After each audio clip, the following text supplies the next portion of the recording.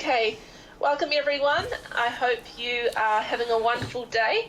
I'm here to introduce Pasi, who is going to talk to us about his experience within an Indigenous business perspective, how he has shaped and created a business for himself within not only the New Zealand business environment, but also exploring how that has a long-lasting and impactful impact on not just the bottom line, but his wider community as well. So welcome, Pasi. Thank you for your time, and I thank you that you have a heart for our students and a desire for them to know more about what business can really look like as well. So over to you. Awesome. Yeah, look, thank you for the opportunity, Courtney. Like I mentioned before, whenever AUT reaches out for opportunities like this, it's an easy yes for me, because I remember back in the day when I was applying at different universities, I got declined because I didn't have enough literacy numeracy in my transcript to meet the entry criteria for a master's degree, and for good reason. You guys have that screening process. But yeah, look, AUT was the only university that said, Pasi will give you a chance. And he was like, well, we'll give this guy a chance. But like, Pasi, this is what we can do for you. You can apply for a postgrad diploma for marketing. And if you maintain good grades, we'll let you do extra papers and you can exit with a master's degree. And lucky enough, I did. And I didn't just graduate, I also graduated with distinction, one of the top in class. And then I also got inducted into BGS, Beta Gamma Sigma, Honor Society, or recognition given to students in the top business schools globally. And AUT is considered to have one of the top business schools, which is awesome. You guys made the good choice to study there. And so that gave me a lot of confidence. But look, I always start my story with my parents when I talk about my business. I wouldn't be here, I wouldn't be who I am if it wasn't for them. My mom is from Samoa, my dad's from Tonga. They migrated to New Zealand in the 80s. They never met each other before that. They met each other in a carpet factory in the 80s. It was the first time. Somehow my dad worked his magic. 7 kids later, I'm the second oldest. And look, they worked factory jobs. They worked hard in their factory jobs to provide for a family of 7. I will be honest in saying that growing up was really humbling. You know, there were nights where we didn't pay our bills on time or couldn't afford to pay it on time, and we'd have nights, cold showers, no power. So we always had candles around the house, and that was just normal for us, right? But I didn't grow up thinking, oh man, we're poor. I just grew up thinking, oh, that's just how it is. You know, that it is what it is. You know, typical South Auckland, Pacific, big island family. But ironically, my parents drilled into us kids, all 7 of us, education, education, education. Which is ironic because it came from parents who are high school dropouts, no qualifications, no degrees, but they believed in this thing called education because they believed that education would lead to a better future, better opportunity, and, you know, thinking about family, future family, provide better for your future family when you do have one. And so I grew up with that mentality, but the honest truth is, like, school was tough for me. Like in primary school, I struggled with reading and writing. I mean, we learned English from speaking with friends, watching TV. My parents' English was their second language. So during reading and writing in primary school, I remember being taken away from class and given one-on-one support, tutoring, but which was good at the time. I needed it, but at the time as a kid, I thought, man, something's wrong with me. Like, why are they taking me away from my friends? Like, why can't I be with everyone else? Why am I here with this lady? And she's just like telling me to do stuff. And they did their best, right? But I lacked a lot of confidence in myself. And I would say that was a little bit of trauma for me. I took that lack of confidence with me into high school. I avoided subjects like English and maths because I thought that's for the smart kids. I'll do art because that's easy and fun. But somehow, you know, I made it through high school and I was able to get into tertiary, uni tech. And I did a bachelor's in product design. But a degree that should have taken me 3 years took me 4.5 years because I just struggled. I just really struggled. took a couple of months off, went and worked a factory job, came back, and tried again. And the reason why I never gave up is because what my parents taught me. Education, education, education. And somehow that just stuck with me, And I thought, oh.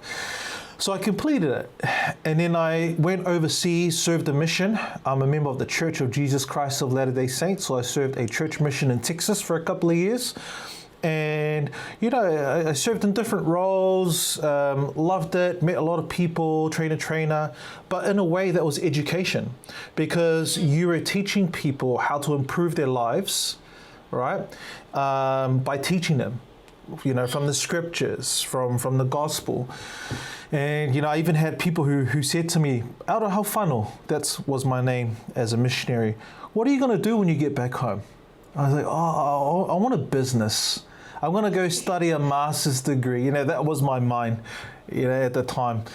He said, I think you'd make a great teacher, Aura Haufano. I was like, no, I don't want to be a teacher. That's not me. I don't teach in classrooms. But you know what? Ironically, I have a business called Zeducation, and it's all about education. It's all about training and development, which is funny.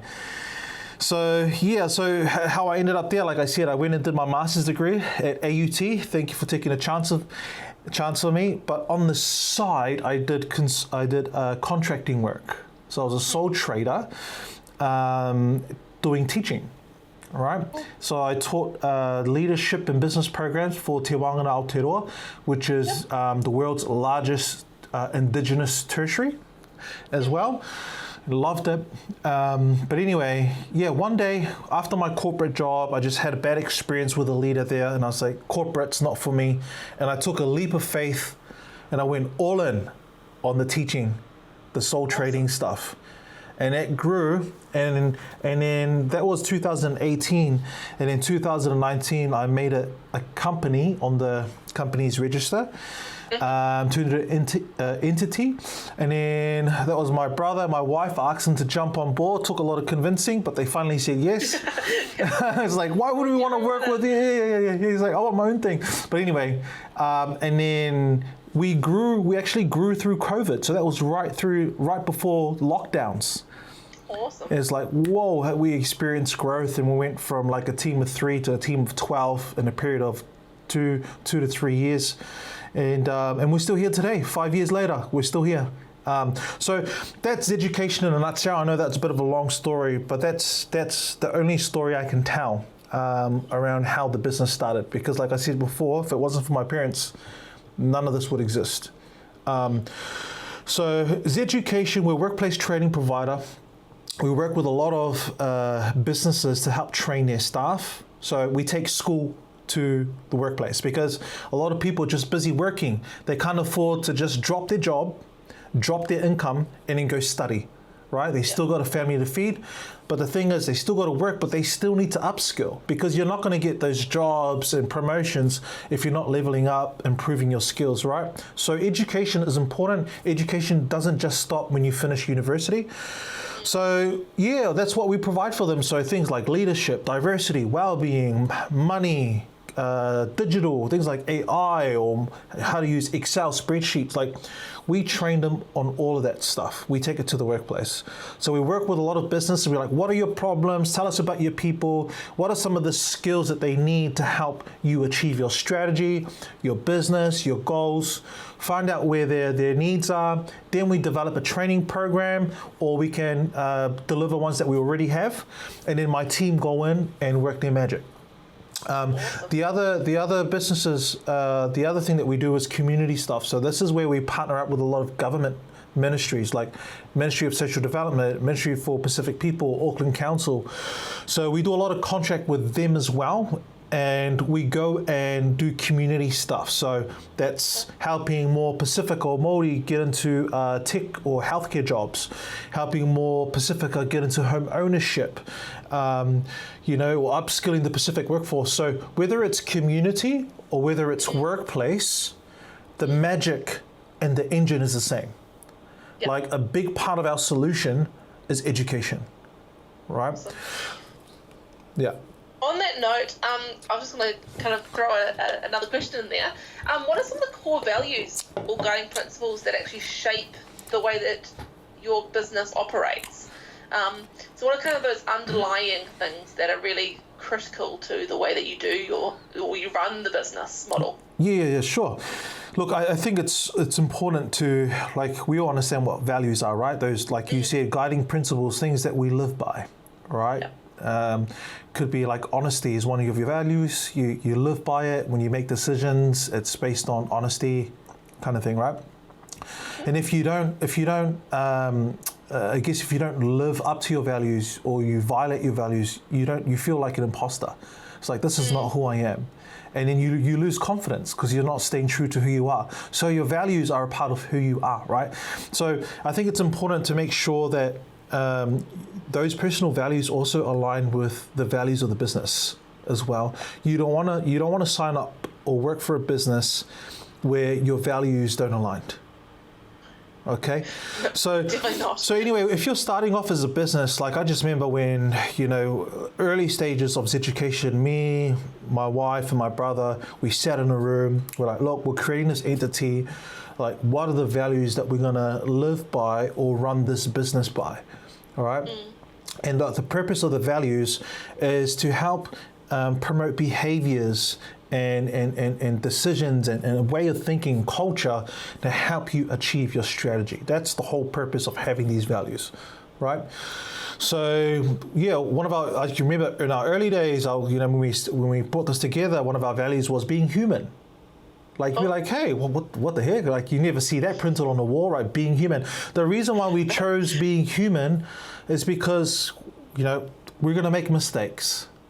We weren't experienced or mature business owners. Look, I had a degree, but that's different, right? You've got like experience, and so whenever failures and challenges come, it's easier to point the finger, right? Being human allows you to own it. So when you say, look, I made this mistake, I'm not going to hide it. This is just being human. But being human also means, what can I learn from it and how can I grow from it, right? So it creates this culture of like, it's okay to make mistakes as long, the first step is owning it. And a lot of people don't want to own it because they're afraid to look dumb. They're afraid to get put down, but it's like, no. So that's why we chose that as one of our values, right? And then you've got other values like, collaboration and that, but especially when we're talking about Indigenous cultures as well. Courtney, if it's all right, I believe in community. Like, we're very a collective type of people and culture, right? We like to work together. Like, you always hear that saying, it takes a village, right? Yeah. To raise a child, it takes a village, right? It takes a tribe. It's the same concept, like even in business, right? So our approach is very community oriented, and just for your students, the 5 C's of a community. Like, if you can nail these 5 C's, I'm not just talking about community, I'm talking about a good culture for your business, right? And creating clients who are die hard for your brand because they believe and they feel like they want to be part of this community that you've created. You don't want to just create a business. You want to create a community, okay? So the 5 C's of a community is, one is you've got to have the cause. The first C is have a cause.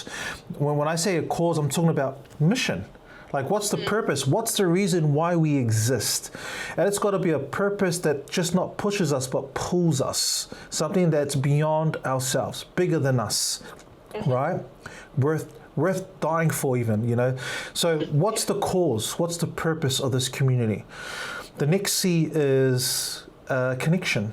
And this is where, whakawhanaungatanga is so important. Yeah. Right? You've got people in there, but you need to connect. And it's not about the number of people it's about the quality of the relationships. You need connection. And connection is not just at the beginning when you meet each other for the first time. Whakawhanaungatanga is every single day. Leaders should be thinking about, how do I bring my people? How do we be more united? How can we be more connected? Right? It's got to be an intentional thing, part of your strategy.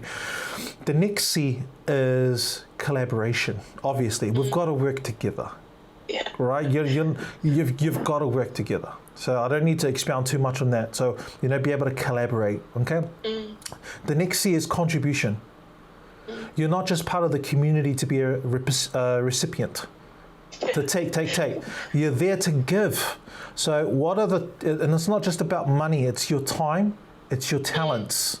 So this is where leaders need to know their people. Like, what are your skills, what can you bring to the table and contribute? And then the last C is celebration. All right, and I always like to use Mate Maatonga as the example, right? That's a strong community. They have a strong cause. Honestly, when they show up to those games, it's like the whole kingdom of Tonga migrates to New Zealand. It's just a sea, a red ocean everywhere, eh? But that's a great example of a community and who knows how to celebrate. So celebration needs to be part of the culture, right? So if you can nail any of those, man, like honestly, you will attract business. You don't have to chase it, right? But yeah, anyway, hopefully that answers your question. No, that's fantastic. And I think to continue on this really positive way of looking at business, I think it'd be really interesting for our students to hear about what are your hopes and dreams for your business, but also for the future of business in New Zealand. It'd be really interesting to hear your heart for that and what you want for not just your own business, but also for those of our students and those of us going forward who might want to go into business and to adopt that idea of business that you just talked to, the 5 C's, and actually not just being driven by the bottom line, but actually thinking about what am I contributing, what am I putting out there, rather than just receiving from others. Yeah, look, business is hard. Don't think business easy. You kind of come in here. People have that, what I call the honeymoon phase, where they have all this idea and they'll try all these things. And look, there is a safe environment for that as well. But you won't know business until you've actually gone through those tough times. And I'm talking about like when you feel like you're running empty. Or when you don't know when your next invoice is going to be paid, or dealing with clients who are not happy because you delivered a service incorrectly or something like that, right? Like you need a slap in the face with that kind of stuff there, and you've got to normalize that slap in the face. But I just wanted to say that, but at the same time, it's such a thrill. I love business, and you've got to approach it from, like, if we're coming back to Indigenous values and culture, if you approach it from a service-oriented way, like you're there to really help people solve a problem and you really care about helping them solve that problem, people can just tell, and that would help you, right? Yeah. And my perspective has changed too, Courtney. I've matured over the years in terms of business. My mindset is now legacy. Because awesome. I'm driven, I think there are different stages, when people first starting off, some start off as like, I want to make money. And then people, or whether it's making an impact, and then it's like making money. But then you reach a pinnacle point, or a point where it's like, it's money, and that's no longer a motivator. Now it's about leaving a legacy. Yeah. And the reason why I mention legacy is because all of us are going to end up in the same place. We're all going to end up in a coffin or cremated or something. We're all going to die, right? Yeah. This business is just a shell.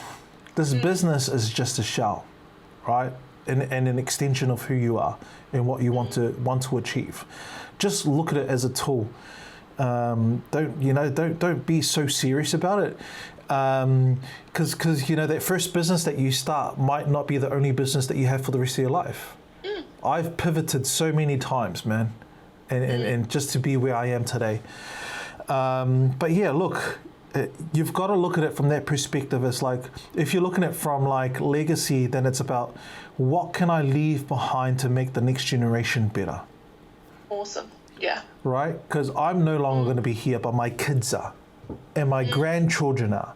Now your perspective and your motivation changes.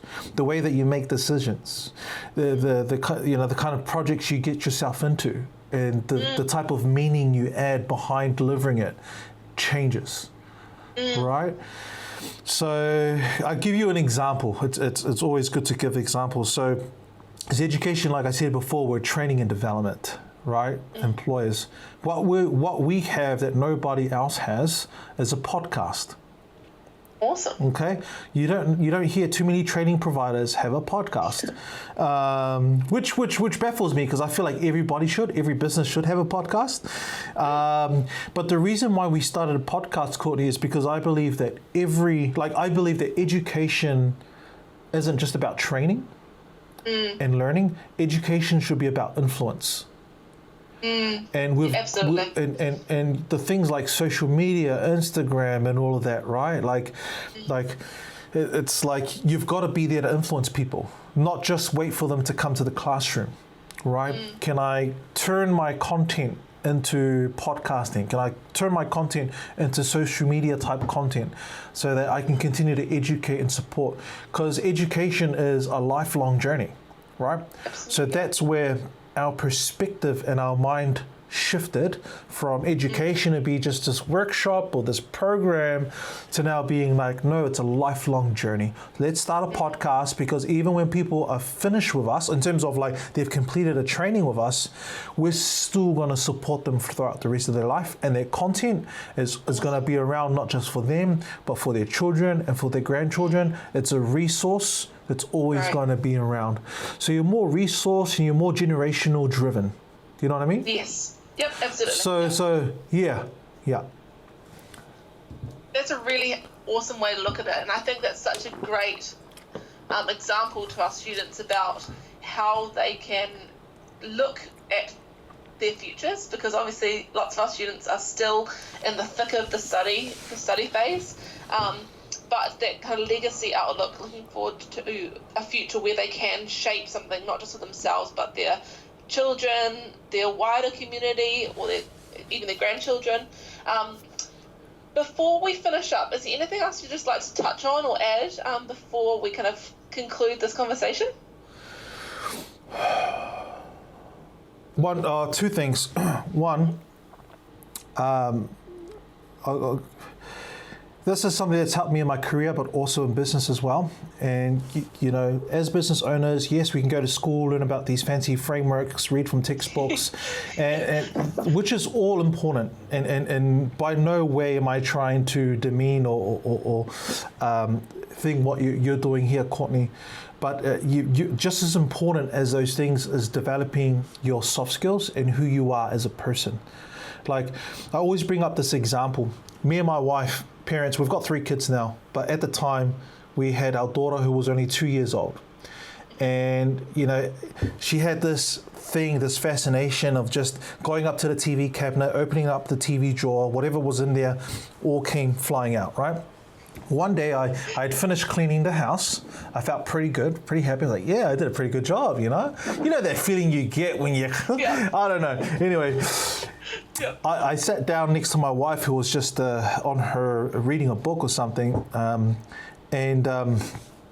my daughter did her thing. She walked up to the TV cabinet, opened the drawer, and started throwing things all over the place after I just finished cleaning it, right? And I regret doing this at the time, but when she did that, my first reaction was I yelled, "Hey, hey, hey, hey." And my wife, in her most gentle voice, looked to me and be like, "Sweetheart, she's just a child, she's learning." And I had to step back and my mind opened, because there are 2 people there looking at the same child, at the same situation, but we saw something different. And I feel like, you know, like I was focused on the mess, and my wife was focused on a child learning. And I feel like life and business is the same. Like when challenges come, and they will come, right? It's one of the, you can't avoid any problem, right? When they come, we can either choose to focus on the mess, or we could choose to focus on the learning. And I feel like this is what makes and breaks a lot of business owners. When they get slapped in the face, like I talked about earlier with challenges, some of them get focused on the mess and stuck there. The way that you grow, the way that you move, is focus on the learning. You know, okay? So that's one. And then the last one I'll probably leave is something that my mum shared with me growing up as well is never stop being a student. And what she meant by that was no matter how many degrees or qualifications or programs, I don't care if you've got your PhD, like never stop being a student. And what she meant by that is always be humble and always be open to learning. Because if you're humble, even a little child can teach you something. Hey, oh, yeah. just like my daughter did. But that's basically what I'd like to leave with you guys. Awesome. Thank you so much, Pasi, for that. That was a fantastic insight into your heart for Zeducation and your community and the way that you want to kind of leave the legacy that you're creating. I really hope that our students get even a smidgen of what you just said and take that with them, and it leaves a kind of a little seed of something in their hearts and their souls and their minds going forward. I really thank you for your time and just carving a little bit out of your day for this conversation. Thank you so much, and I just wish you all the best, and I know that what we've talked about will really obviously touch home with someone today. Yeah. So I do thank you. No, you're welcome. Courtney, if I can just also add here, just to plug in, I also have another podcast that I do with my mate Tyrone, and that podcast is called Entrepreneur's Edge. You can find it on Spotify and on YouTube, but it's a podcast dedicated to supporting business owners, especially Māori and Pasifika. So I'll drop that. You don't have to be Māori and Pasifika. I still think you'll find it valuable, but I'll share that with Courtney as well, and you guys are more than welcome to listen to that. Awesome. Great. I'll make sure I add that on for this week's content. So thank you so much, and I wish you all the best. Thanks, Pasi. Awesome. See ya. Thank you. Bye-bye. Thank you. Bye.